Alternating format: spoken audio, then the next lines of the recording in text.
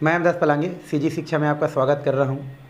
हम देख रहे हैं कक्षा 11वीं रसायन विज्ञान का चौथा इकाई, जिसका नाम है रासायनिक आबंध एवं आणविक संरचना। और इस इकाई में हम बहुत सारा टॉपिक क्लियर कर चुके हैं, फिर भी बहुत सारा टॉपिक अभी बचा हुआ है और सारे के सारे टॉपिक इम्पोर्टेंट है ना।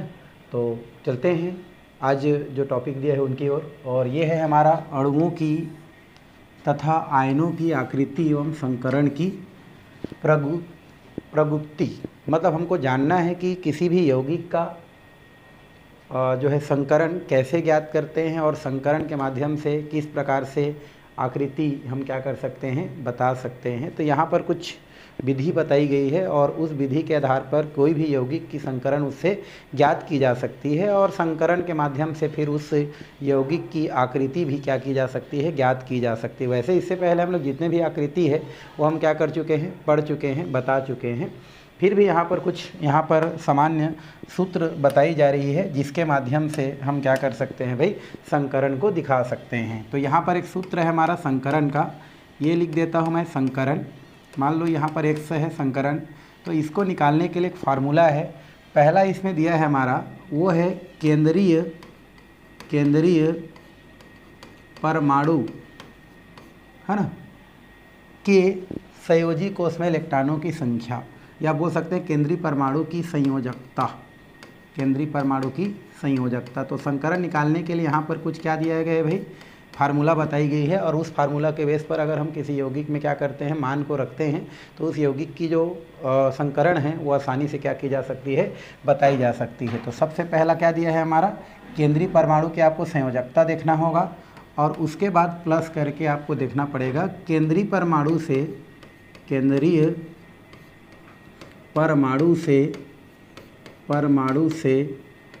एकल बंध द्वारा जुड़े, केंद्रीय परमाणु से एकल बंध द्वारा जुड़े,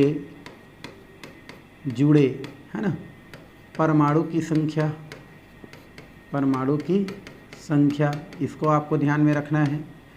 फिर माइनस धनात्मक आयनों की संख्या या धनात्मक आयन की संख्या, अगर हो तो धनात्मक आयन की संख्या, धनात्मक आयन की संख्या, मतलब अगर उसमें धन चार्ज है तो उनकी संख्या लिखना है और प्लस करके क्या करना है, ऋण आयन की संख्या। तो ये हमारा कुछ फार्मूला है और इस फार्मूला के बेस पर दिए गए जो यौगिक है उस यौगिक का हम क्या ज्ञात कर सकते हैं, संकरण ज्ञात कर सकते हैं, ज्ञात किया जा सकता है। ठीक है, तो ये जुड़े परमाणु की संख्या, ये संकरण ज्ञात करने की सामान्य विधि है। अब इसको थोड़ा सा समझो कैसे आप इससे संकरण ज्ञात करेंगे। पहला क्या बोल रहा है, केंद्रीय परमाणु की संयोजकता देखना पड़ेगा। केंद्रीय परमाणु मतलब जिसके साथ कई प्रकार के अन्य परमाणु जुड़ा रहता है, तो उस परमाणु की संयोजकता क्या है उसको आपको जानना पड़ेगा। और उस केंद्रीय परमाणु से एकल बंध द्वारा जुड़ा, कौन से बंध, एकल बंध, न कि द्वि बंध ना। तो एकल बंध द्वारा जुड़ा हुआ जो क्या होगा, परमाणु की जो भी संख्या होगा उनको आपको उसके साथ प्लस करना पड़ेगा। मान लो जो यौगिक दिया है उसमें धन चार्ज है तो उनकी संख्या को लिखना पड़ेगा, या उसमें ऋण चार्ज है उनकी संख्या को आपको क्या करना पड़ेगा, लिखना पड़ेगा। जैसे हम उदाहरण से क्या करते हैं, समझते हैं कि किसमें किस प्रकार का संकरण पाया जाएगा। तो उदाहरण जैसे दिया है, पहला हम लोग देखते हैं कार्बन डाइऑक्साइड का। कार्बन डाइऑक्साइड का फार्मूला क्या होता है हमारा, CO2 होता है। और इसमें हमको देखना है कि कौन सा संकरण, अभी हमको नहीं पता है इसमें कौन सा संकरण है, ठीक है, तो हमको इसके आधार पर जानेंगे। तो पहला चीज़ तो इसमें केंद्रीय परमाणु कौन होता है भाई, तो इसमें केंद्रीय परमाणु होता है कार्बन। इसका केंद्रीय परमाणु कौन है हमारा, कार्बन है। केंद्रीय परमाणु है हमारा कार्बन। ठीक है, अब देखो ये केंद्रीय परमाणु आपने ढूंढ लिया। अब केंद्रीय परमाणु हमारा कार्बन है, क्या है हमारा, कार्बन है। तो उसको हमको क्या देखना है, उसकी सबसे पहले आपको संयोजकता देखना है। तो संयोजकता कैसे पता चलेगा भाई, तो केंद्रीय परमाणु जो कार्बन है वो उसका परमाणु क्रमांक कितना होता है, 6 होता है। तो इलेक्ट्रॉनिक विन्यास कितना होगा, 2 और 4 होगा। तो इसके अंतिम कक्षक यही संयोजी कोश होता है। मतलब कार्बन की परमाणु के जो है अंतिम कक्षक, जिसे हम संयोजी कक्षक कहते हैं, उसमें 4 इलेक्ट्रॉन होता है। अर्थात यहाँ पर कार्बन की जो क्या है हमारा संयोजकता है वो कितना होता है हमारा, 4 होता है। तो हम इसके जगह क्या रख दिए, 4 रख दिए। ठीक है, ओके। अब हम क्या करते हैं, प्लस कर देते हैं। क्या कर देते हैं, प्लस कर देते हैं। अब प्लस के बाद क्या देखते हैं, केंद्रीय परमाणु से एकल बंध द्वारा जुड़े हुए परमाणु की संख्या। अगर मैं इसका संरचना बनाऊं कार्बन डाइऑक्साइड का, तो कार्बन डाइऑक्साइड की संरचना कैसे बनेगा भाई, ये बनेगा कार्बन डबल बॉन्ड ऑक्सीजन और डबल बॉन्ड ऑक्सीजन। मतलब केंद्रीय परमाणु से जुड़ा हुआ जो ऑक्सीजन है वो डबल बॉन्ड वाला है, सिंगल बॉन्ड वाला नहीं है। तो फिलहाल यहाँ पर केंद्रीय परमाणु से एकल बंध द्वारा जुड़ा हुआ परमाणुओं की संख्या कितना है भी, 0 है। कितना है हमारा, 0 है, क्योंकि डबल बॉन्ड से जुड़ा है वो भी, वो सिंगल बॉन्ड से नहीं जुड़ा है। और हम यहाँ पर क्या देख रहे हैं, सिंगल बॉन्ड।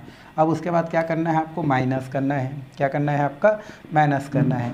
धनात्मक आयन, फिलहाल कार्बन डाइऑक्साइड में कोई धन नहीं है, कोई ऋण नहीं है, इसलिए इसकी भी संख्या क्या होता है, 0 होता है। और ऋण आयन की संख्या भी बेचारे के पास नहीं है, इसलिए इसकी भी संख्या क्या होता है आपका, 0 होता है। तो इस प्रकार से चारों बॉन्ड को क्या कर दिया जाता है, रख दिया जाता है। और उसके बाद इसमें क्या रखा जाता है, 1/, क्या करते हैं, 2 करते हैं। क्या करते हैं, 1/2। मतलब जो भी मान आता है उस मान को हम क्या कर देते हैं, ये 2 से क्या करते हैं, भाग दे देते हैं। तो इसका मान तो सब क्या हो गया, निरस्त हो गया हमारा, ये प्लस माइनस माइनस खत्म हो गया। तो कुल मिला के हमारा मान कितना आता है, यहाँ से 4 आता है और 1/2 है, मतलब क्या आता है यहाँ पर, 2 आता है। अब जब दोनों को क्या कर दिया जाता है, काट दिया जाता है, तो काट देने से क्या होता है आपका, ये 2 मान आ रहा है। अब देख लो कि 2 संख्या कौन से संकरण में फिट होता है। तो आपके सब पास संकरण कौन कौन से होता है, sp, sp2, sp3, है ना, sp3d, है ना, उसके बाद sp3d2, उसके बाद होता है आपका sp3d3। तो आप देख रहे हैं कि 2 संख्या में कौन है हमारा, sp संकरण है। मतलब यहाँ पर कार्बन डाइऑक्साइड में कौन सा संकरण आता है भाई, हमारा sp संकरण आता है। तो इस तरीक़ा से इस फार्मूला का उपयोग करके संकरण क्या किया जा सकता है, ज्ञात किया जा सकता है। तो पहले हमने संकरण किसका देख लिया, कार्बन डाइऑक्साइड का देख लिया, जिसमें संकरण कैसा होता है आपका, sp संकरण होता है। चलिए अब हम दूसरा के पास चलते हैं। जैसे हमारे पास दिया है BF3, क्या दिया है हमारा, BF3। अब देखो BF3 में केंद्रीय परमाणु कौन है भाई, हमारा केंद्रीय परमाणु है इसमें बोरान। केंद्रीय परमाणु कौन है हमारा, बोरान। जो बीच वाला रहता है ना वही केंद्रीय परमाणु है, ठीक है, जिससे बाकी सब लोग जो है उसको घेर के पड़े रहते हैं। तो ये केंद्रीय परमाणु है। अब इस केंद्रीय परमाणु की मैं बात करूं तो इस केंद्रीय परमाणु पर क्या है हमारा, बोरान का जो परमाणु क्रमांक होता है वो होता है 5। बोरान का परमाणु क्रमांक कितना होता है भाई, 5 होता है ना। और इसका इलेक्ट्रॉनिक विन्यास कितना होता है, 2 और 3। तो इसकी संयोजकता कितना आ रहा है, लास्ट में 3 आ रहा है। तो 3 आ रहा है तो उसको आपको क्या करना है, व्यवस्थित करना है। चलिए तो हम क्या करते हैं, यहाँ पर व्यवस्थित करते हैं। तो 1/2 कर देते हैं। इनके अंतिम में कितना इलेक्ट्रॉन है भाई, 3 इलेक्ट्रॉन है। यहाँ पर क्या कर देते हैं हम लोग, 3 लिख देते हैं। 3 के बाद क्या करते हैं, प्लस। अब देखते हैं कि BF3 से जुड़ा हुआ हमारा बॉन्ड सिंगल है या कैसा है। तो इसको हम कैसे कर सकते हैं, B इधर हो जाता है सिंगल बॉन्ड F, इधर हो जाता है सिंगल बॉन्ड F और इधर हो जाता है सिंगल बॉन्ड F, ठीक है। अब आप देख रहे हैं कि बोरान से जो जुड़ा हुआ फ्लोरीन है वो सिंगल बॉन्ड के द्वारा जुड़ा है। और कितना फ्लोरीन जुड़ा है हमारा, 3 फ्लोरीन जुड़ा हुआ है। और यही बोल रहा है कि केंद्रीय परमाणु से एकल बंध द्वारा जुड़े हुए परमाणु। तो ये देखो इससे एकल बंध से क्या हुआ है, जुड़ा हुआ है, अर्थात 3 परमाणु जुड़ा है। तो यहाँ पर कितना कर देते हैं, 3 कर देते हैं। अब यहाँ पर भी कोई प्लस नहीं ना कोई माइनस नहीं, तो इसलिए 0 और ये भी क्या हो जाता है हमारा, 0 हो जाता है। तो ये तो 0 के 0 0 कैंसिल हो गया। तो 3 3 कितना बचता है भाई, यहाँ 6 बच जाता है। 3 3 कितना हो गया हमारा, 6। और 6 बटा कितना हो जाता है आपका, 2 हो जाता है। अब इसमें अगर हम बात करें तो 2 तिया कितना हो जाता है हमारा, ये 6 आता है। और 6 में संकरण अगर देख दिया जाए तो sp2 है, 3 आ रहा है। तो संकरण कैसा होगा, sp2। क्यों, क्योंकि एक s का और 2 p का मिल करके टोटल कितना होता है, 3 कक्षक हो जाता है। इसलिए संकरण यहाँ पर क्या होता है, sp2 संकरण को क्या करता है, प्रदर्शित करता है। तो इस तरीक़ा से यौगिक का संकरण क्या किया जाता है, निकाला जाता है या निकाल लिया जाता है भाई। और भी बहुत सारे उदाहरण दिया गए हैं, जिन उदाहरणों को आप क्या कर सकते हैं, बता सकते हैं। चलिए एक आध उदाहरण और क्या करते हैं हम लोग देखते हैं और आगे की ओर क्या करते हैं हम लोग बढ़ते हैं, ठीक है। जैसे 3rd नंबर दिया है हमारा मेथेन। क्या दिया है हमारा, मेथेन। इसको मेथेन बोलते हैं। केंद्रीय परमाणु इसका कौन सा है हमारा, कार्बन है। केंद्रीय परमाणु हमारा क्या है भाई, कार्बन है। और आप जानते हैं कार्बन का परमाणु क्रमांक यहाँ पर क्या होता है हमारा, 6 होता है। और इसका इलेक्ट्रॉनिक विन्यास लिखें तो 2 और 4, मतलब इनकी संयोजकता कितना होता है हमारा, 4 होता है। संयोजकता इसका क्या है, 4 है। तो इस स्थिति में हम क्या करेंगे, इसको लेने के लिए ये हो जाता है 4 प्लस, अब एकल बंध द्वारा जुड़ा हुआ उनकी संख्या देखें तो यहाँ पर कार्बन के साथ जुड़ा हुआ जो हाइड्रोजन की संख्या है जो सिंगल बॉन्ड वाला है, और कितना संख्या में जुड़ा है, 4 संख्या में जुड़ा है। तो यहाँ पर भी क्या करते हैं, 4 करते हैं, ना कोई प्लस ना कोई माइनस होता है, इसलिए यहाँ पर धन आयन की संख्या 0 और ऋण आयन की संख्या क्या होता है, 0 होता है। चूँकि 4 4 कितना हो जाता है, ये 8 हो जाता है, डिवाइडेड बाई कितना हो जाता है हमारा 2 हो जाता है। तो 2 चौके कितना होता है, 8 आता है। क्योंकि इसमें 4 कक्षक भाग ले रहा है इसलिए संकरण कैसा होता है आपका, sp3 संकरण पाया जाता है। तो इस तरीक़ा से क्या किया जा सकता है, संकरण डायरेक्टली निकाला जा सकता है, ज्ञात किया जा सकता है। आपको उतना संरचना लिखने की कोई ज़रूरत नहीं है, ठीक है। यहाँ से डायरेक्टली हम क्या कर सकते हैं, ज्ञात कर सकते हैं, प्राप्त कर सकते हैं। तो ऐसा हम क्या कर सकते हैं, निकाल सकते हैं भी, बता सकते हैं, बताया जा सकता है ना। अब थोड़ा सा हम देखते हैं अमोनियम पर, मान लो हम लोग देखते हैं आवेश वाला है तो उसमें कैसा आता है उसको देखते हैं, है ना। तो जैसे 4th नंबर दिया है NH4, ओके, हम इसकी बात कर लेते हैं NH4, जिस पर होता है प्लस चार्ज। नाइट्रोजन पर कौन सा चार्ज है भाई, प्लस चार्ज है। केंद्रीय परमाणु पर प्लस चार्ज क्या होता है, पाया जाता है। चलिए अगर हम केंद्रीय परमाणु की बात करें तो यहाँ पर केंद्रीय परमाणु कौन सा है भाई, हमारा केंद्रीय परमाणु है हमारा नाइट्रोजन। और अगर इसका हम इलेक्ट्रॉनिक विन्यास देखें तो ये तो परमाणु क्रमांक 7 होता है, तो 2 और कितना हो जाता है, 5, मतलब इनकी संयोजकता कितनी होती है, 5 होती है भाई, ठीक है। तो चलिए इसके बेसिस पर करते हैं। तो ये हो जाता है 1 बाई कितना हो गया 2, और यहाँ पर कितना हो जाता है 5, है ना। ये हो गया हमारा उसकी संयोजकता। अब 5 संयोजकता हम करके देखते हैं, अंतिम में 5 है, नहीं होगा तो 3 करके देखेंगे भाई, पहले 5 करके देखते हैं, ठीक है। अब उसके बाद देख रहे हैं कि नाइट्रोजन से सिंगल बॉन्ड द्वारा जुड़ा हुआ कितने हाइड्रोजन हैं। ये नाइट्रोजन हो जाता है, इस तरफ हाइड्रोजन, इस तरफ हाइड्रोजन, इस तरफ हाइड्रोजन और इस तरफ हाइड्रोजन होता है, और इस पर प्लस चार्ज होता है। तो आप देख रहे हैं नाइट्रोजन से हाइड्रोजन की जो संख्या है जो कि सिंगल बॉन्ड से उससे जुड़ा है, उनकी संख्या टोटल 4 है। तो यहाँ पर प्लस करके कितना कर देते हैं हम लोग, 4 कर देते हैं। तो उस स्थिति में देख रहे हैं एक संयोजकता उसका 5 हो गया, और आपका जो जुड़े हुए हाइड्रोजन परमाणु की संख्या 4 है, वो भी सिंगल बॉन्ड से जुड़ा हुआ है, इस कारण से कितना हो गया हमारा, 4 हो गया। अब इसमें हम माइनस करते हैं, क्या करते हैं हम लोग, माइनस करते हैं, और माइनस में हम देखते हैं धनात्मक आयन की संख्या कितना है हमारा, यहाँ पर 1 है। यहाँ पर धनात्मक आयन की संख्या कितना है भाई, 1 है, वो भी नाइट्रोजन पर है, ठीक है। और उसके बाद माइनस आयन फिलहाल इसमें क्या है हमारा, 0 है। तो इस प्रकार से हमारा इसका मान आता है। तो इस स्थिति में हम देखें, यहाँ पर तो 0 को कोई मतलब नहीं है भाई, 0 का 0 होता है। तो यहाँ पर फिलहाल हम +4 और -1 को घटा देते हैं तो 3 आता है। तो 3 आता है ना भाई, ये -1 है और ये क्या है, +4 है। तो +4 में -1 को घटाएंगे तो क्या होगा, +3 आएगा, क्योंकि बड़ा वाला को संख्या को लिखते हैं। और +3 और +5 आपस में क्या हो जाएगा, जब जुड़ जाएगा तो कितना आ जाता है, 8 आ जाता है। और डिवाइडेड बाई कितना कर दिया जाता है, 2 कर दिया जाता है।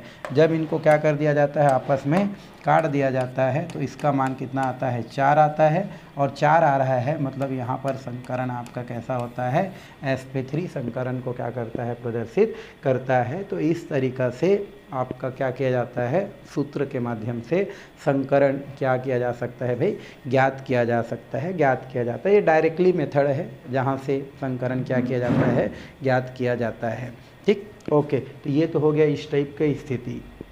अब हम थोड़ा सा और अगर देखें, जैसे मान लो आपको बोल दिया जाए, क्या बोल दिया जाए, कार्बन मोनोऑक्साइड में आपको संकरण ज्ञात करना है। क्या इसमें ज्ञात करना है आपको, कार्बन मोनोऑक्साइड में, CO को बोलते हैं कार्बन मोनोऑक्साइड। फिलहाल अभी हम जो लिखे हैं वो कार्बन मोनोऑक्साइड है। अब इसमें आपको संकरण बताना है, क्योंकि हम संकरण पढ़ते वक्त तो इसके बारे में कोई जिक्र नहीं किया है कि कार्बन मोनोऑक्साइड में कोई संकरण होता है, उदाहरण भी नहीं लिया है। तो आपको बोल रहा है कि कार्बन मोनोऑक्साइड में कौन सा संकरण होता है, आपको उसको क्या करना है, बताना है। चलिए करके देखते हैं इस मेथड के अनुसार। इसमें तो आप जान गए हैं, कार्बन के जो क्या होता है, संयोजकता होता है, वो कितना होता है भाई, 4 होता है, ठीक है, ओके। हम कर देते हैं प्लस, क्योंकि इसमें संरचना आप देखें तो ये कार्बन क्या होता है, इस प्रकार से डबल बॉन्ड होता है भाई, जिनके पास क्या होता है, लोन पैरा इलेक्ट्रॉन फिलहाल तो पाया जाता है। फिलहाल तो क्या होता है हमारा, उसमें हमारा जो है सिंगल बॉन्ड होता ही नहीं है, जो भी होता है डबल बॉन्ड होता है, मतलब इसका मान 0 है, कोई ना प्लस नहीं माइनस नहीं, यहाँ पर ये 0 होगा, ये भी क्या होगा हमारा 0 होगा, और ये हो जाएगा 1/2, तो 2 आ जाएगा तो हमारा क्या हो जाएगा, टोटल मान आ जाएगा 4/2, तो 2 1 कम 2, मतलब संकरण कैसा आ रहा है हमारा, sp संकरण को क्या कर रहा है, प्रदर्शित कर रहा है। तो इस तरीक़ा से आप क्या कर सकते हैं, फार्मूला के बेस पर संकरण क्या कर सकते हैं, ज्ञात कर सकते हैं, बट फार्मूला को ज्ञात करने की ज़रूरत है। पहले आपको क्या देखना है कि उस केंद्रीय परमाणु का संयोजकता कितना है, उस केंद्रीय परमाणु से एकल बंध द्वारा कितने परमाणु जुड़ा है, क्या उस केंद्रीय परमाणु पर धन आयन है, क्या उस केंद्रीय परमाणु पर ऋण आयन है, तो उन संख्याओं को सूत्र के अनुसार आपको फिट करना है, जोड़ना है, घटाना है और काट देना है, जो भी मान आएगा वह उस यौगिक का क्या कहलाता है, संकरण कहलाता है। ठीक है, तो 1 नंबर में क्वेश्चन आएगा तो आप इसको क्या कर सकते हैं, सॉल्व कर सकते हैं भाई। तो ये तो हो गया संकरण कैसे ज्ञात किया जाता है इसके बारे में। अब इतना में आपका लगभग संकरण क्या हो गया, ख़त्म हो गया। आगे हम क्या करते हैं, नेक्स्ट पॉइंट की ओर क्या करते हैं, आगे चलते हैं। आगे हमारा दिया है, एक दिया है संयोजकता कोष इलेक्ट्रॉन युग्म प्रतिकर्षण सिद्धांत। ये बहुत बड़ा लंबा सिद्धांत है जिसको 60 भाषा में वेसेपर थ्योरी बोलते हैं। क्या बोलते हैं भाई, वेसेपर थ्योरी कहा जाता है, जिसको 60 फॉर्म में हम लिखते हैं VSEP और होता है R, है ना। तो क्या बोलते हैं इसको, वेस्पर थ्योरी। वी का मतलब होता है वैलेंसी बोलते हैं, और अंग्रेजी में जो है संयोजकता, हिंदी में संयोजकता बोलते हैं। ऐसे क्या लिखेंगे, वैलेंसी। और इसका क्या होता है हमारा, एस का होता है हमारा सेल, एस का होता है सेल। ई का होता है क्या हमारा, इलेक्ट्रॉन होता है। पी का होता है पेयर, क्या होता है हमारा, पेयर। और आर का होता है रिपल्सन, क्या होता है हमारा, रिपल्सन। तो इसका पूरा नाम होता है valency cell electron pair repulsion, और लास्ट में क्या लिखा जाता है, थ्योरी लिखा जाता है। तो ये हमारा क्या होता है, थ्योरी को क्या करता है, प्रदर्शित करता है। और हिंदी में इसको संयोजकता कोष इलेक्ट्रॉन युग्म प्रतिकर्षण सिद्धांत के नाम से क्या किया जाता है, जाना जाता है। और 60 फॉर्म में इसको क्या बोलते हैं भाई, वेस्पर थ्योरी के नाम से जाना जाता है, वेस्पर थ्योरी कहते हैं। और ये जो थ्योरी है, ये थ्योरी फ़िलहाल इसलिए बताया गया है क्योंकि जो हमारा क्या होता है, जो लुईस अवधारणा होता है, कौन सा अवधारणा हमारा, लुईस अवधारणा। तो अगर हम बात करते हैं किसका भाई, लुईस अवधारणा, लुईस अवधारणा। तो लुईस अवधारणा की बात करें तो जो लुईस अवधारणा होता है, ये लुईस अवधारणा क्या करता है, हमारा अणुओं की जो ज्यामिति है या अणुओं की जो क्या होता है, आकृति होता है, इस अणुओं के आकृति के बारे में कोई जानकारी नहीं देता है, आकृति के बारे में कोई जानकारी नहीं देता है भाई। तो ये हमने क्या कर दिया, अणुओं की आकृति के बारे में कोई जानकारी नहीं देता है, कोई जानकारी नहीं देता है। तो हमारा जो लुईस अवधारणा होता है उससे फ़िलहाल अणुओं की कोई जानकारी नहीं मिलती है। अतः अणुओं की जो ज्यामिति है, अणुओं की जो आकृति है, उसको बताने के लिए कौन सा थ्योरी दी गई है भाई, वेस्पर थ्योरी दी गई है, जिसको देने का श्रेय 2 साइंटिस्ट को जाता है। एक जाता है हमारा सिजविक, जिसको बोलते हैं हम लोग, पहला इसको देने का श्रेय किसको गया है भाई, सिजविक एवं क्या है हमारा, पावेल। सिजविक एवं क्या दिया है, पावेल। ठीक है, इसको देने का शुरू में गया भाई सिजविक एवं क्या दिया, पावेल। सन 1900 कितना में दिया, 40 में। बाद में नाइहोम और गैलेस्पी बोल सकते हैं, नाइहोम एवं कौन है हमारा, गैलेस्पी, इनको जाता है हमारा 1957। तो ये हमारा जो सिद्धांत है, हमारा कौन सा सिद्धांत भाई, संयोजकता कोष इलेक्ट्रॉन युग्म प्रतिकर्षण सिद्धांत।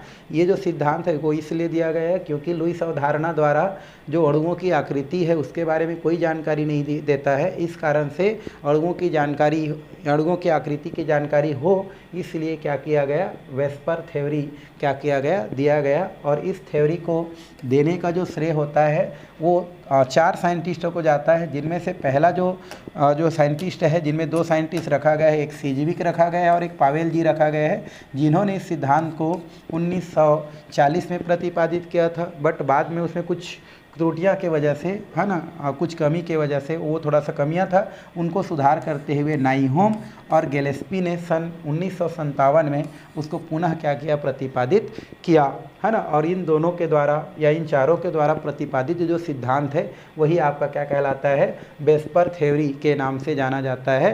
वेस्पर सिद्धांत के नाम से क्या किया जाता है, जाना जाता है। और ये जो सिद्धांत है वो मुख्यतः आपके जो संयोजी कोष होता है ना, संयोजी कोष किसको बोलते हैं भाई, हमारा संयोजी कोष बोलते हैं किसी भी परमाणु के अंतिम कक्षक का जो क्या होता है, इलेक्ट्रॉन होता है, उसको संयोजी कोष कहा जाता है। तो हमारा जो वेस्पर थ्योरी होता है वो किसी भी परमाणु के संयोजकता कोष में उपस्थित जो इलेक्ट्रॉन होता है उस इलेक्ट्रॉनों के प्रतिकर्षण पर क्या होता है, आपका मान पर क्या होता है, आधारित होता है। या ये बोल सकते हैं कि ये जो हमारा वेस्पर थ्योरी जो होता है, वेस्पर जो सिद्धांत होता है, वो सिद्धांत परमाणु के जो संयोजकता कोष है उस संयोजकता कोष में इलेक्ट्रॉनों जो इलेक्ट्रॉन युग्म है उन इलेक्ट्रॉन युग्म के मध्य जो प्रतिकर्षण होता है उस प्रतिकर्षण के आधार पर क्या किया गया है, ये जो सिद्धांत है वो दिया गया है। तो ये हो गया इसका परिचय। किसका परिचय हो गया, हमारा संयोजकता कोष इलेक्ट्रॉन युग्म प्रतिकर्षण सिद्धांत। तो इतना चीज़ मैं जो बोला हूँ वो आप क्या कर सकते हैं, चाहेंगे तो अपने हिसाब से क्या कर सकते हैं, लिख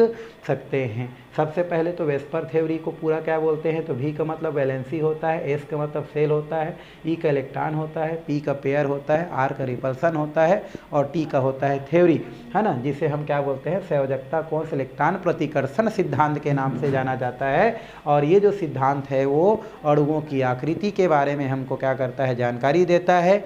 इस सिद्धांत को देने का श्रेय, है ना, पहले सीजविक और पावेल को जाता है, जिन्होंने 1940 में इस सिद्धांत को दिया गया है। बाद में नाइहोम और गिलेस्पी ने उसको 1957 में पुनः प्रकाशित किया है। और इनके द्वारा जो प्रकाशित सिद्धांत है वही क्या कहलाता है, आपका वेस्पर सिद्धांत कहलाता है। और ये सिद्धांत किसी भी परमाणु के संयोजकता कोष में उपस्थित इलेक्ट्रॉन युग्म के मध्य प्रतिकर्षण पर क्या है, आधारित है। यही होता है वेस्पर थ्योरी, है ना, या वेस्पर सिद्धांत कहा जाता है। ये जो सिद्धांत है, चूँकि अभी मैं बताया कि ये संयोजी कोष में उपस्थित जो क्या होता है, हमारा जो इलेक्ट्रॉन पेयर होता है, एकांकी युग्म होता है, उसके प्रतिकर्षण पर बेस है। तो उसी के आधार पर इस सिद्धांत के कुछ पॉइंट यहाँ पर क्या किया गया है, दिया गया है। उन पॉइंटों को आपको क्या करना है, 1 बाय 1 करके पढ़ना है। और अगर क्वेश्चन मान लो पूछ दिया जाता है तो आपको वैसा क्या करना है, लिखना है। तो चलिए हम चलते हैं वेस्पर थ्योरी के कुछ बातें जो कि उस सिद्धांत के अंदर बताई गई है, उस सिद्धांत में बताई गई है, उस सिद्धांत को हमको क्या करना है, यहाँ पर देखना है। और यहाँ पर लिखा है वेस्पर सिद्धांत के मुख्य धारणाएं निम्न प्रकार के हैं। धारणाएं मतलब उस सिद्धांत के कुछ तो पॉइंट है ना, तभी तो सिद्धांत है भाई। तो उन सिद्धांतों के कुछ पॉइंट है जो यहाँ पर दिया गया है ना, और इसको आपको क्या करना है, अपने भाषा में लिखना है। जैसे पहला दिया गया है यहाँ पर, वो दिया है कि अणु की जो आकृति होता है, किसकी आकृति होता है, जो अणु की आकृति होता है, वो अणु की आकृति उस अणु में जो केंद्रीय परमाणु होता है उस पर जो स्थित संयोजी कोष होता है और उस संयोजी कोष में जो इलेक्ट्रॉन युग्म होता है उनकी संख्या पर निर्भर करता है। मतलब इस सिद्धांत का ये ध्येय है कि कोई भी केंद्रीय परमाणु है, मान लो उसको मैं M से रखता हूँ, है ना, और इसके साथ मान लो कोई चीज़ जुड़ा है, मान लो हाइड्रोजन जुड़ा है, ये हमारा हाइड्रोजन जुड़ा है, ये हाइड्रोजन जुड़ा है। तो ये पहला हमारा सिद्धांत का मुख्य अवधारणा का पहला पॉइंट ये कह रहा है कि इस अणु की जो आकृति होता है वो हाइड्रोजन पर निर्भर नहीं करता है, बल्कि बोल रहा है कि वो जो हमारा क्या होता है, उसकी जो आकृति होता है वो केंद्रीय परमाणु पर, केंद्रीय जो परमाणु होता है उस केंद्रीय परमाणु के जो अंतिम कक्षा होता है उस कक्षक में जो क्या पाया जाता है, हमारा एकांकी इलेक्ट्रॉन युग्म पाया जाता है। मतलब लोन पेयर ऑफ इलेक्ट्रॉन युग्म क्या होता है, पाया जाता है। इनकी संख्या पर निर्भर करता है। किनकी संख्या पर निर्भर करता है, वो केंद्रीय परमाणु के संयोजी कोष में पाए जाने वाले जो क्या होते हैं, हमारे एकांकी इलेक्ट्रॉन युग्म होते हैं, लोन पेयर ऑफ इलेक्ट्रॉन युग्म होते हैं, उनकी संख्या पर निर्भर करता है। किस सिद्धांत के अनुसार, वेस्पर थ्योरी के अनुसार। अर्थात जैसे मैं एक केंद्रीय परमाणु हूँ और केंद्रीय परमाणु हूँ और मेरे से दो समूह क्या हुआ है, अन्य परमाणु जुड़ा हुआ है, तो मेरा जो संरचना है वो मेरे में पाए जाने वाले क्या मेरे अंतिम कक्षक में पाए जाने वाले किस पर संयोजी जो इलेक्ट्रॉन होगा, संयोजी कोष में पाए जाने वाला जो जोड़ा में जो इलेक्ट्रॉन होगा जिसे एकांकी इलेक्ट्रॉन युग्म कहते हैं, उनकी संख्या पर क्या करता है आपका निर्भर करता है। तो इस प्रकार से पहला पॉइंट को इस प्रकार से लिखा जा सकता है कि अणु की जो आकृति होता है वह उस अणु के केंद्रीय परमाणु के संयोजकता कोष में उपस्थित है ना जो एकांकी इलेक्ट्रॉन युग्म होता है, लोन पेराप इलेक्ट्रॉन युग्म होता है, उस एकांकी इलेक्ट्रॉन युग्म की संख्या पर क्या करता है निर्भर करता है। यदि किसी केंद्रीय परमाणु के है ना अंतिम कक्षक में एक एकांकी इलेक्ट्रॉन युग्म पाया जाता है तो संरचना कुछ और होगा, आकृति कुछ और होगा। यदि वहाँ पर 2 अयुग्मित इलेक्ट्रॉन पाया जाता है तो उसकी आकृति कुछ और होगा। अगर उसमें 3 अयुग्मित इलेक्ट्रॉन पाया जाता है तो उसकी आकृति कुछ और होगा। ये पहला हमारा पॉइंट कहता है। मेरे ख्याल से ये समझ में आपको आ गया होगा। हम चलते हैं दूसरा की ओर। दूसरा क्या दिया है कि अणु में उपस्थित केंद्रीय परमाणु के संयोजकता कोष में उपस्थित इलेक्ट्रॉन युग्म एक दूसरे को क्या करते हैं प्रतिकर्षित करते हैं, और प्रतिकर्षित करने से आकृति में थोड़ा सा या कोण में थोड़ा सा गड़बड़ी आ जाता है। तो दूसरा पॉइंट ये है, मान लो किसी केंद्रीय परमाणु में, किस पर हमारा केंद्रीय परमाणु, ये हमारा क्या है भाई केंद्रीय परमाणु दिया गया है, और इस केंद्रीय परमाणु के पास मान लो अयुग्मित इलेक्ट्रॉनों की संख्या क्या है हमारा 1 से अधिक है। ये हमारा लोन पेयर है और ये हमारा क्या है लोन पेयर है। तो इन दोनों लोन पेयरों के बीच में क्या होता है हमारा प्रतिकर्षण होता है।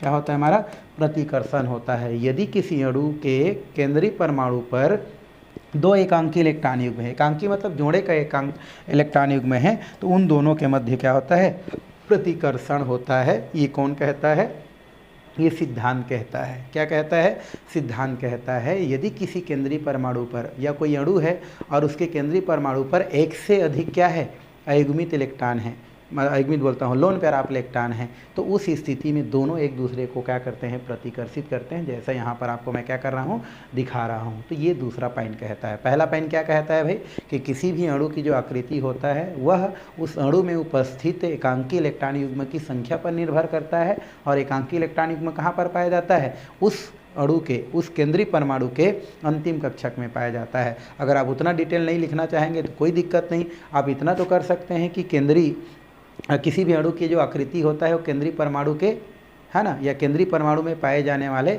एकांकी इलेक्ट्रॉन युग्म की संख्या पर निर्भर करता है। दूसरा, यदि किसी केंद्रीय परमाणु के जो है पास 1 से अधिक एकांकी इलेक्ट्रॉन युग्म होता है तो एक दूसरे को क्या करते हैं वो प्रतिकर्षित करते हैं। क्या पॉइंट हो गया 2 पॉइंट।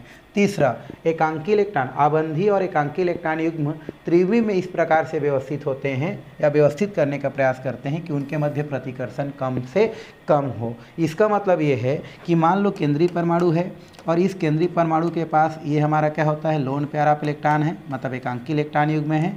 यहाँ पर H है मान लो, तो इसको हम लोग BP बोलते हैं, बॉन्ड पेयर होता है, बंधी इलेक्ट्रॉन युग्म होता है। और यहाँ पर भी H है, ये भी क्या होता है BP होता है, मतलब बंधी इलेक्ट्रॉन युग्म होता है। तो ये हमारा जो LP होता है ये हमारा BP होता है और BP होता है। LP का मतलब होता है एकांकी इलेक्ट्रॉन युग्म और BP का मतलब होता है बंधी इलेक्ट्रॉन युग्म। ठीक है, बंध जो बनाने में भाग ले रहा है उसको बंधी और जो अकेला बचा है उसको लोन पेयर। तो इनमें क्या होता है हमारा प्रतिकर्षण होता है, LP में और BP में प्रतिकर्षण होता है, BP में और BP में प्रतिकर्षण होता है, LP और BP में प्रतिकर्षण होता है। इसलिए जब भी अणु की आकृति बनाई जाती है, आकृति बनती है, तो ऐसा व्यवस्थित होना चाहता है कि इनके मध्य कम से कम क्या हो प्रतिकर्षण हो। मतलब कहने का ये है कि अगर किसी अणु के केंद्रीय परमाणु में बंधी इलेक्ट्रॉन भी है और अनाबंधी इलेक्ट्रॉन भी है तो वो एक दूसरे से इस प्रकार से व्यवस्थित होना चाहते हैं, इस प्रकार से व्यवस्थित रहना चाहते हैं कि उनके बीच कम से कम क्या हो प्रतिकर्षण हो, कम से कम उसके बाद प्रतिकर्षण हो। ऐसा वो क्या करना चाहता है व्यवस्थित होना चाहता है। किसके अनुसार, इस सिद्धांत के अनुसार। जाहिर सी बात है, मान लो हम क्या करते हैं एक जगह 3-4 बच्चे रहते हैं, तो 3-4 बच्चे रहने का मतलब ये है कि 3-4 बच्चे अगर रहते हैं और अगर वो चारों बच्चे अगर क्या करते हैं लड़ाई झगड़ा करते हैं तो हमारा कोशिश ये रहता है कि हम उससे क्या रहें दूर रहें, है ना, ताकि हमारे बीच कोई प्रतिक्रिया ना हो। तो वैसे ही क्या होता है किसी भी केंद्रीय परमाणु में अगर बंधी इलेक्ट्रॉन भी है और प्रतिबंधी इलेक्ट्रॉन भी है, मतलब अनाबंधी इलेक्ट्रॉन भी है, अर्थात लोन पेयर और बॉन्ड पेयर दोनों हैं, तो उस स्थिति में वो ऐसा व्यवस्थित होना चाहते हैं कि उनके मध्य प्रतिकर्षण क्या हो कम से कम हो या तो नहीं हो, ऐसा व्यवस्थित होना चाहते हैं। कै पॉइंट हो गया हमारा? 3 पॉइंट। पहला पॉइंट क्या बोला मैं कि कोई भी अणु की आकृति उस अणु के केंद्रीय परमाणु पर उपस्थित एकांकी इलेक्ट्रॉन युग्म की संख्या पर निर्भर करता है, लोन पेयर ऑफ इलेक्ट्रॉन की संख्या पर निर्भर करता है। दूसरा, यदि किसी केंद्रीय परमाणु पर एक से अधिक क्या है, एकांकी इलेक्ट्रॉन युग्म है, तो वो दोनों एक दूसरे को क्या करते हैं, प्रतिकर्षण करते हैं। तीसरा पॉइंट, यदि किसी परमाणु पर एकांकी इलेक्ट्रॉन युग्म भी है, बंधी इलेक्ट्रॉन युग्म भी है, तो ऐसा व्यवस्थित होना चाहते हैं कि उनके मध्य कम से कम क्या हो, प्रतिकर्षण हो। ये 3 पॉइंट हमने देख लिया। चौथा पॉइंट की अगर हम बात करें तो चौथा पॉइंट ये बोल रहा है कि किसी भी परमाणु के जो संयोजकता कोष है, संयोजकता कोष मतलब अंतिम कक्षा है, उनको एक गोला के रूप में माना जाता है, कण माना जाता है, गोला माना जाता है, कण मान लिया जाता है। तो ये चौथा पॉइंट को क्या करता है, प्रदर्शित करता है। चलिए 5वां पॉइंट की ओर चलते हैं। यदि कोई बहुआबंध वाला जो है हमारा अणु है, बहुआबंध वाला मतलब हमारे पास जैसे दिया गया है उदाहरण, यहाँ पर पहले पढ़ देता हूँ फिर अब आपको समझाता हूँ। बहुआबंध को एकल इलेक्ट्रॉन युग्म के रूप में तथा बहुआबंध के 2 या 3 इलेक्ट्रॉन युग्म को एकल सुपर युग्म माना जाता है। कहने का मतलब है, जैसे मैं कार्बन डाइऑक्साइड की ही बात करूं तो कार्बन डाइऑक्साइड में क्या होता है हमारा, ये हमारा carbon double bond oxygen, double bond oxygen, ये कार्बन डाइऑक्साइड का क्या होता है, इस प्रकार से डबल बॉन्ड पाया जाता है।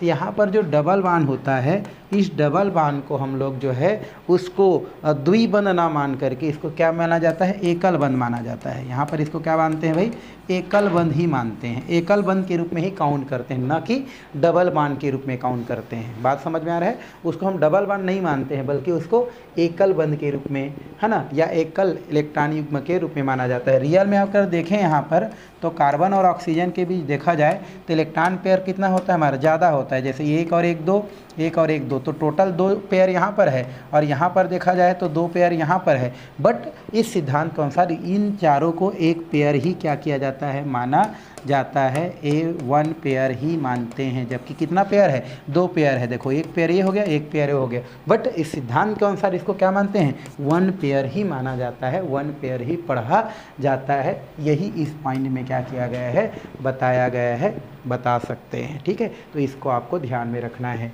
और 6वां पॉइंट दिया है, यदि मान लो कोई अणु का एक से अधिक संरचना बनता है, जैसे हम लोग बेंजीन का बनाए थे ना, एक से अधिक संरचना, ऐसे अनुनादी संरचना, ठीक है। तो अगर कोई यौगिक है और उसका एक से अधिक क्या है, अनुनादी संरचना है, तो उस अनुनादी संरचना में, सारे अनुनादी संरचना में क्या होता है, वेस्पर थ्योरी को क्या किया जा सकता है, लागू किया जा सकता है। हमने बहुत सारा अनुनादी संरचना देखा है भाई, तो उस अनुनादी संरचना में, सभी अनुनादी संरचना में जितना भी बने एक अणु के अंतर्गत, एक यौगिक के अंतर्गत, सभी संरचना में क्या होता है, वेस्पर थ्योरी को क्या किया जा सकता है, लागू किया जा सकता है, लागू कर सकते हैं। ये हमारा 6वां पॉइंट।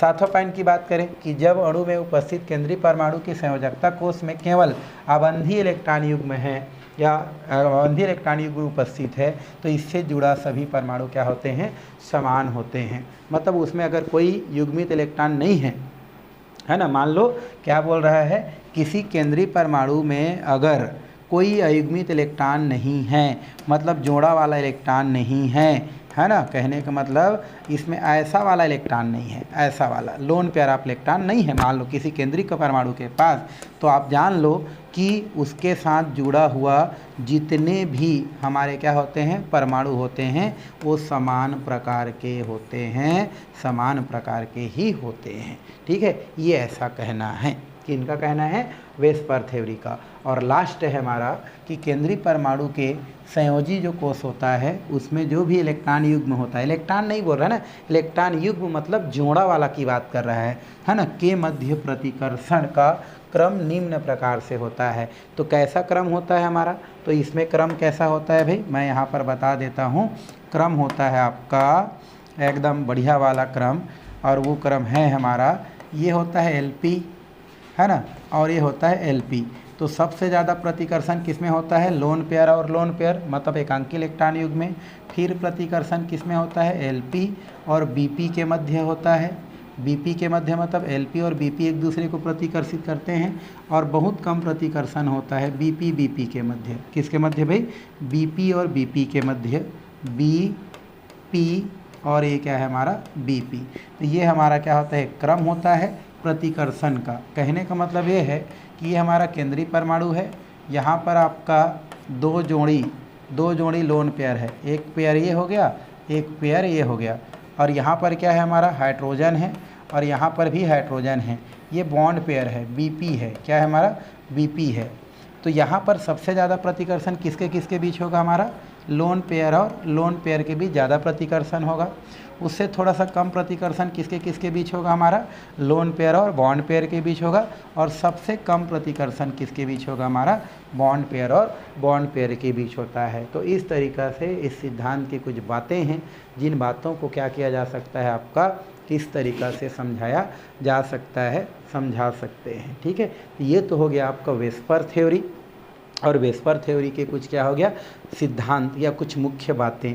अब ये जो वेस्पर थ्योरी है, इस वेस्पर थ्योरी के आधार पर, किसके आधार पर, हमारा वेसेपर जो थ्योरी है, इसके आधार पर हम देखें वेस्पर थ्योरी के, वेसेपर थ्योरी के आधार पर देखें तो जो भी अणुओं की जो आकृति है, जो भी अणुओं की जो ज्यामिति है ना, उनको जो है दो तरीक़ा से क्या करते हैं, हम लोग बांट के पढ़ते हैं, है ना। वेस्पर थ्योरी के आधार, वेस्पर थ्योरी के अनुसार जो भी हमारे यौगिक हमारे पास जो है, उन यौगिकों की जो संरचना है, उन यौगिकों की जो आकृति है, या उन यौगिकों की जो ज्यामिति है, उनको हम दो तरीक़ा से बांट के क्या करते हैं, पढ़ते हैं। पहला तरीका क्या है हमारा, पहला तरीका है वे केंद्रीय परमाणु, जिसके पास वे केंद्रीय परमाणु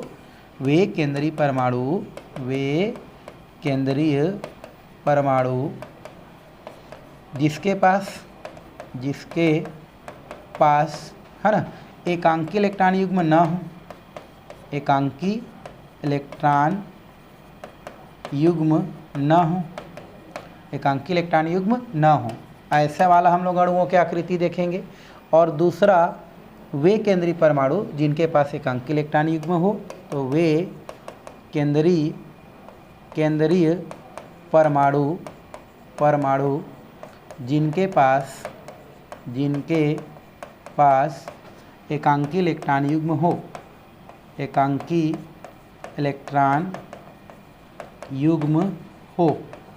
तो ये दो हम तरीक़ा से बांट के पढ़ते हैं। ऐसे हम लोग संरचना देखेंगे जिसमें केंद्रीय परमाणु के पास कोई भी एकांकी इलेक्ट्रॉन युग्म ना हो, ऐसे यौगिकों की संरचना या उनकी ज्यामिति कैसा होगा उसको हम देखेंगे। और वो केंद्रीय परमाणु जिनके पास एकांकी इलेक्ट्रॉन युग्म उपलब्ध है, उनकी आकृति कैसा होगा, ऐसा भी हम अणुओं की संरचना क्या करने वाले हैं, आगे देखने वाले हैं। वैसे सबको नहीं देखेंगे, कुछ आपके लिए छोड़ देंगे, ठीक है। जो समझ में नहीं आएगा वो आप हमसे क्या कर सकेंगे, क्वेश्चन कर सकेंगे भाई। चलिए चलते हैं हम लोग दोनों के आधार पर। पहला हमारा यहाँ पर देखो दिया गया है, और वो दिया गया है ये किसके आधार पर है, जिसमें केंद्रीय परमाणु पर एकांकी इलेक्ट्रॉन युग्म ना हो, केंद्रीय परमाणु पर एकांकी इलेक्ट्रॉन युग्म ना हो, ऐसा वाला है हमारा। अभी हम जो देख रहे हैं ना, वो जितने संरचना देखेंगे वो कैसा वाला संरचना है भाई, जिसमें केंद्रीय परमाणु पर एकांकी इलेक्ट्रॉन युग्म नहीं होता है, उसको हमको क्या करना है, देखना है। ठीक, अब यहाँ पर इसको कुछ कालम में बांट दिया गया है। पहले देखेंगे अणुओं के प्रकार, फिर केंद्रीय परमाणु में संकरण कौन सा होगा, केंद्रीय परमाणु में संकरण, फिर आबंधित इलेक्ट्रॉनों की संख्या, मतलब उस केंद्रीय परमाणु से जुड़ा हुआ जो भी हमारा इलेक्ट्रॉन है या इलेक्ट्रॉन युग्म है ना, इलेक्ट्रॉन युग्म मतलब परमाणु की संख्या कुल मिला के।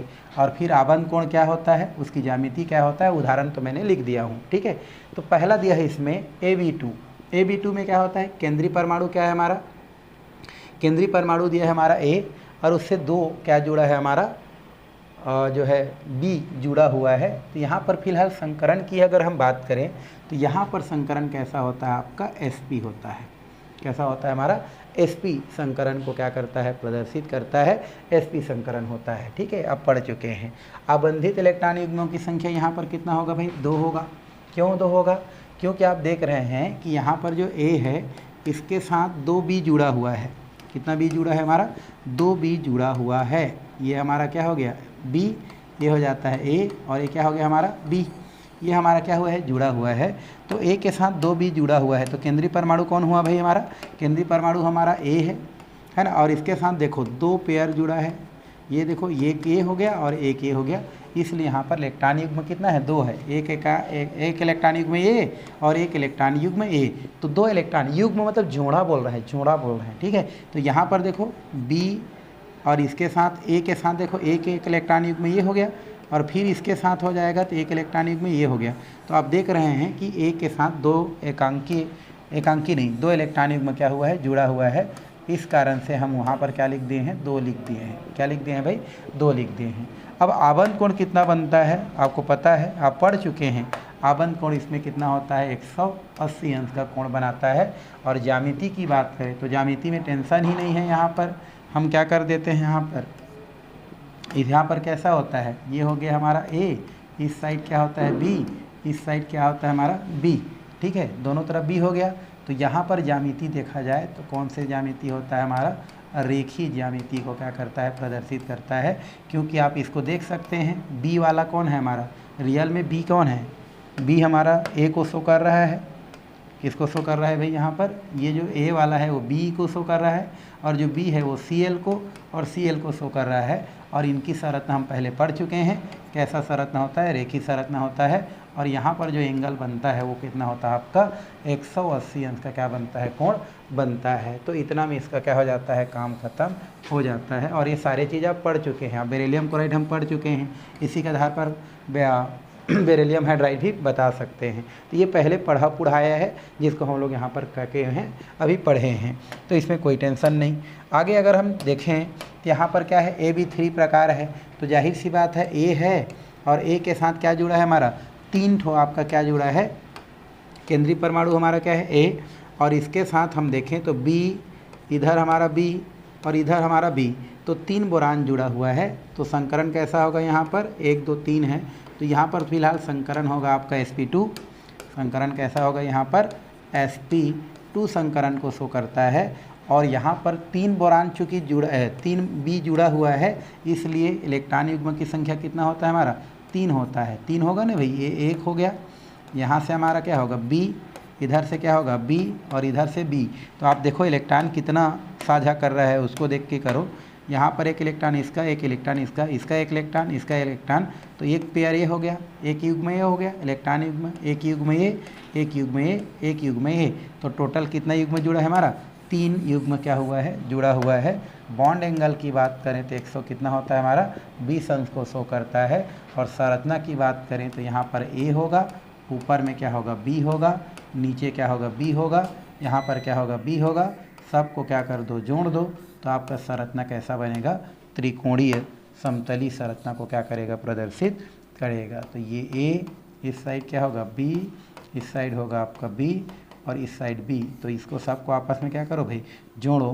तो यहाँ पर संरचना कैसा होता है आपका, त्रिकोणीय समतली भी बोल सकते हैं, समतल सतह पर होता है तो क्या बोलते हैं, त्रिकोणीय समतलीय संरचना शो करता है। और उदाहरण तो हम ये पढ़ चुके हैं, BF3 वाला उदाहरण हम पहले क्या कर चुके हैं, पढ़ चुके हैं, तो उसको और बताने की कोई ज़रूरत नहीं है, ठीक है। अब समझदार हो। आगे हम देखें तो आगे हम AB4 की बात करें तो संकरण इसमें कैसा होगा, sp3 होगा। 4 बोरान जुड़ 4 बी जुड़ रहा है, मतलब इसका की संख्या कितना होगा, 4 होगा। बॉन्ड एंगल की बात करें तो यहाँ पर 109 पॉइंट क्या होता है, 28 मिनट का क्या बनाता है, कोण बनाता है। और चूंकि यहाँ पर ए के साथ जुड़ने वाले जो हमारे क्या होते हैं, बी की संख्या की बात करूँ तो ये हमारे कौन कौन से होते हैं, एक बी यहाँ पर, एक बी यहाँ पर, एक बी यहाँ पर और एक बी यहाँ पर। तो इस प्रकार से हम क्या करते हैं, जोड़ देते हैं। तो ये चतुष्फल की संरचना को क्या करते हैं, प्रदर्शित करते हैं। किसको भाई, हमारा चतुष्फल की संरचना दर्शाते हैं। और ये चतुष्फल की जो संरचना होते हैं, उस संरचना में बॉन्ड एंगल की बात करें तो 109 पॉइंट क्या होता है, 28 मिनट को शो करता है। यहाँ पर बात करें तो 120 मिनट को शो करता है। और उदाहरण तो आपको दिया ही है, ये देखो CH4 है, NH4 का भी हम लोग देख के आ रहे हैं। तो इस तरीक़ा से हम इसको क्या कर सकते हैं, बता सकते हैं। अगर इसकी बात करें AB5 का, तो संकरण कैसा हो जाता है हमारा, sp3d हो जाता है। चूँकि 5 कक्षक जुड़ रहा है तो इसका संख्या कितना हो जाता है, 5 हो जाता है। बॉन्ड एंगल ये 2 तरीका का शो करता है भाई, एक शो करता है आपका 120 अंश का और एक शो करता है कितना अंश का, 90 अंश का। स्ट्रक्चर की बात करें तो यहाँ पर स्ट्रक्चर थोड़ा सा अलग होता है। कैसा होता है मैं आपको बता रहा हूँ।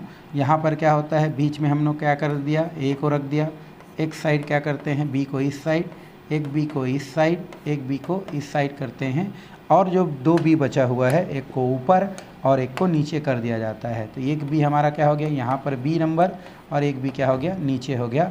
अब इनको जोड़ दिया जाता है इस तरीक़ा से। एक स्ट्रक्चर कैसा बनता है, त्रिकोणी।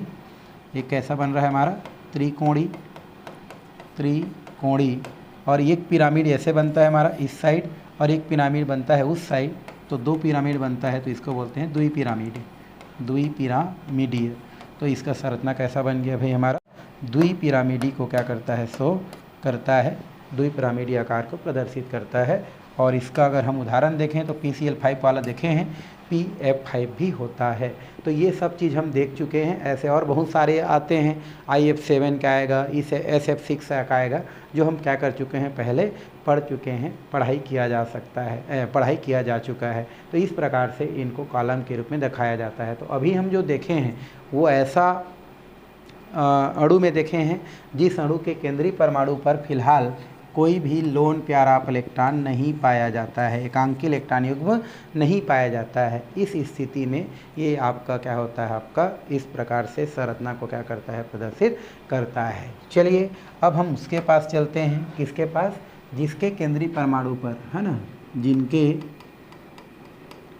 केंद्रीय परमाणु पर, केंद्रीय परमाणु पर, जिनके केंद्रीय परमाणु पर एकांकी इलेक्ट्रॉन युग्म पाया जाता है, जिनके केंद्रीय परमाणु पर एकांकी इलेक्ट्रॉन युग्म पाया जाता है। एक मिनट, ठीक है, जिनके केंद्रीय परमाणु पर एकांकी इलेक्ट्रॉन युग्म पाया जाता है, एकांकी इलेक्ट्रॉन युग्म पाया जाता है।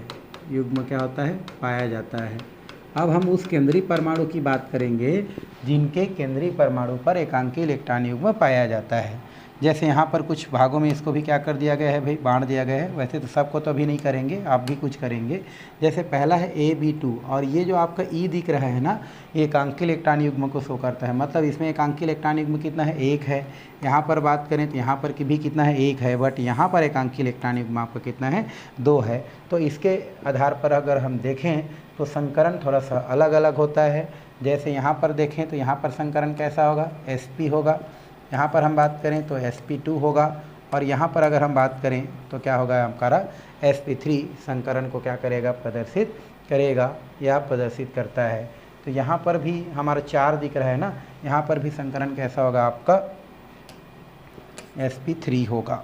क्या होगा हमारा, sp3 संकरण को क्या करेगा, प्रदर्शित करेगा। क्योंकि एकांकी इलेक्ट्रॉन युग्म जो है 1 है, बट वहाँ पर उनकी थोड़ा सी स्थिति क्या है हमारा, अलग है। और उसमें भी अगर देखें सल्फर डाइऑक्साइड की अगर हम बात करते हैं, सल्फर, तो ये हो जाता है हमारा ASO, ये हो जाता है ASO। तो उसके आधार पर देखें तो सल्फर के अंतिम कक्षक में कितना होता है हमारा, ऐसा देखें तो 6 होता है, ठीक है। तो sp2 दिखाएगा, फिर क्या दिखाएगा हमारा sp2, क्योंकि 6 हो गया तो ये 6 बटा कितना हो जाएगा, 2। तो 2 तिया कितना हो गया हमारा, 6। तो उस स्थिति में हमारा संकरण कितना होगा हमारा, ये संकरण हो जाएगा आपका sp2 संकरण को शो करेगा। कौन सा, sp2। अब इसमें देखो बॉन्ड पेयर Bp की संख्या बात करें तो A के साथ कितना जुड़ा है हमारा, 2 जुड़ा हुआ है। तो A के साथ 2 जुड़ा है, मतलब इसमें बॉन्ड पेयर की संख्या कितना है, 2 है ना। A के साथ 2 जुड़ा है ना भाई, ये A है, और A के साथ कितना B जुड़ा है, 2 B जुड़ा है, ये बॉन्ड पेयर है। लेकिन उसमें क्या है हमारा, एक जोड़ी लोन पेयर आप क्या है, इलेक्ट्रॉन है। एक जोड़ी क्या है, लोन पेयर आप इलेक्ट्रॉन है। तो लोन पेयर आप इलेक्ट्रॉन है, मतलब यहाँ पर हमारा क्या हो जाता है, इनकी संख्या कितना है हमारा, 1 है। कहने का मतलब ये है, ये हमारा A, इसके साथ 2 क्या हुआ है, B जुड़ा हुआ है, और एक क्या जुड़ा है हमारा, लोन पेयर आप इलेक्ट्रॉन जुड़ा है। तो A के साथ 2 B जुड़ा है, यहाँ सिग्मा बंद और ये 3। तो संकरण कैसा होता है आपका, sp2 संकरण होता है, ठीक है। ये 2 Bp हो गया, बॉन्ड पेयर हो गया, एक लोन पेयर आप इलेक्ट्रॉन। इलेक्ट्रॉन युग्मों की संख्या की बात करें, इलेक्ट्रॉन युग्म की संख्या की अगर हम बात करें तो उनको हमको क्या करना है, कैसे दिखाना है, तो आपको दिखाना कैसा है, एकदम ईजी है। ये हमारा हो गया A, ए के साथ कितना जुड़ा है हमारा बी, 2 ठो के इतना जुड़ा है बी, और इनके साथ क्या जुड़ा है हमारा इस प्रकार से लोन पेयर। तो एक इलेक्ट्रॉनिक युग्मों की संख्या कितना है, केवल इसके पास 1 है। तो ज्यामिति कैसा बनना चाहिए, अभी रियल में आप देखेंगे तो सब अगर पार्टिसिपेट करे तो इस प्रकार से अगर तीनों पार्टिसिपेट कर दे तो त्रिकोणीय संरचना को क्या करता है या त्रिकोणीय आकृति को प्रदर्शित करता है। बट यहाँ पर एक लोन पेयर ऑफ इलेक्ट्रॉन पाया जाता है, ठीक है, ये ए बी और ये हो गया बी और ये हो गया lone pair of electron. Lone pair of electron जो होता है कभी भी संकरण में भाग नहीं लेता है, इसलिए ये संकरण में भाग नहीं ले रहा है ऊपर वाला, इसलिए जो भी आकृति है ये मुड़ी हुई आकृति, मुड़ी हुई आकृति बोल सकते हैं, मुड़ी हुई आकृति, या इसी को बेंड आकृति के नाम से क्या किया जाता है, जाना जाता है, या बेंड आकृति कहते हैं। कौन सा भाई हमारा बेंड आकृति को क्या करता है, प्रदर्शित करता है। और इस वजह से त्रिकोणीय होना चाहिए, sp2 में त्रिकोणीय होना चाहिए। बट ये जो लोन पेयर ऑफ इलेक्ट्रॉन है ये संकरण में भाग नहीं लेता है, और संकरण में भाग नहीं लेने के कारण इनकी आकृति जो होता है वो आकृति क्या हो जाता है, आपका मुड़ी हो जाता है और बेंड हो जाता है। लेकिन होना कैसा चाहिए, त्रिकोणीय होना चाहिए। क्या होना चाहिए भाई, त्रिकोणीय होना चाहिए, त्रिकोणीय समतली होनी चाहिए। बट त्रिकोणीय समतली ना हो करके ये किसको शो करता है, मुड़ी हुई आकृति को शो करता है। तो ज्यामिति इसका कैसा होता है, त्रिकोणीय, बट आकृति कैसा होता है, मुड़ी हुई होता है या मुड़ी हुई दिखाई देता है। ठीक है, चलिए इसके पास चलते हैं। इनमें बीपी की बात करें तो देखो ए के साथ 3 जुड़ा है तो 3 हो जाएगा, और एक हमारा क्या है, लोन पेयर ऑफ इलेक्ट्रॉन है। तो संरचना कैसा बनना चाहिए, ये हो गया ए के साथ क्या है हमारा 3 बी जुड़ा है, एक बी ये हो गया, एक बी ये हो गया, एक बी ये हो गया, और इनके पास भी एक लोन पेयर इलेक्ट्रॉन है। तो नियमतः अगर हम ऐसे अगर जोड़ दें तो नियमतः इसकी संरचना कैसे बन रहा है, हमारा चतुष्फलकी बन रहा है। कैसा बन रहा है, चतुष्फलकी। ये आकृति है हमारा, ये क्या है, आकृति बोलता हूँ, ज्यामिति इसका कैसा बन रहा है, चतुष्फलकी। यहाँ पर मैं ज्यामिति भी लिख देता हूँ, ज्यामिति। तो ज्यामिति कैसा बन रहा है, चतुष्फलकी। बट एक लोन पेयर ऑफ इलेक्ट्रॉन की वजह से इनकी संरचना कैसा हो जाता है, हमारा पिरामिडी आकार को शो करता है। पिरामिडी, वो भी त्रिकोणीय पिरामिडी आकार को क्या करता है, शो करता है। तो त्रिकोणीय पिरामिडी संरचना को ये क्या करता है, प्रदर्शित करता है। तो लिख देता हूँ मैं यहाँ से, त्रिकोणीय पिरामिडी संरचना, पिरामिडी है ना, आकृति को क्या करता है, ये शो करता है। ज्यामिति कैसा होता है इसका, चतुष्फलकी। लेकिन ये लोन पेयर ऑफ इलेक्ट्रॉन भाग नहीं लेता है, इसलिए इसकी आकृति चेंज हो जाता है और त्रिकोणीय पिरामिडी आकृति को शो करता है। और इस प्रकार की आकृति अमोनिया में है ना, फास्फीन में क्या होता है, देखने को मिलता है भाई। ठीक है, और लास्ट हम देखें इसमें तो ए के साथ कितना जुड़ा है हमारा, ए के साथ जुड़ा है हमारा, वो जुड़ा है हमारा ए के साथ 2 जुड़ा है, मतलब 2 हो जाता है, और 2 हमारा क्या है, लोन पेयर ऑफ इलेक्ट्रॉन है। तो उस स्थिति में हम देखते हैं तो ये हमारा ए हो जाता है, इसके साथ हम देखते हैं तो एक लोन पेयर ऑफ इलेक्ट्रॉन ये हो गया, एक लोन पेयर ऑफ इलेक्ट्रॉन ये हो गया, ये हमारा बी हो जाता है, ये हमारा क्या हो जाता है, बी हो जाता है। नियमतः इसका भी संरचना कैसा बनना चाहिए, आपका ज्यामिति कैसा होना चाहिए, चतुष्फलकी ही होना चाहिए, चतुष्फलकी ही होना चाहिए। जो ज्यामिति है वो चतुष्फलकी होना चाहिए।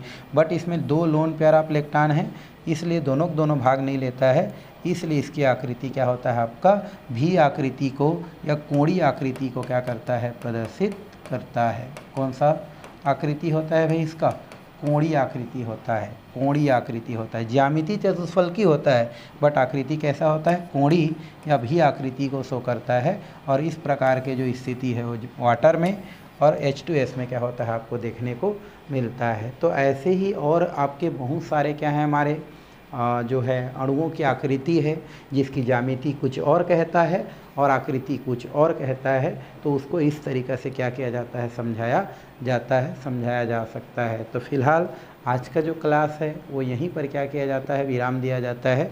आगे वाले जो पॉइंट है, आगे वाला जो टॉपिक है वो आने वाले वीडियो में हम क्या करने वाले हैं, देखने वाले हैं भाई। ठीक है, ओके।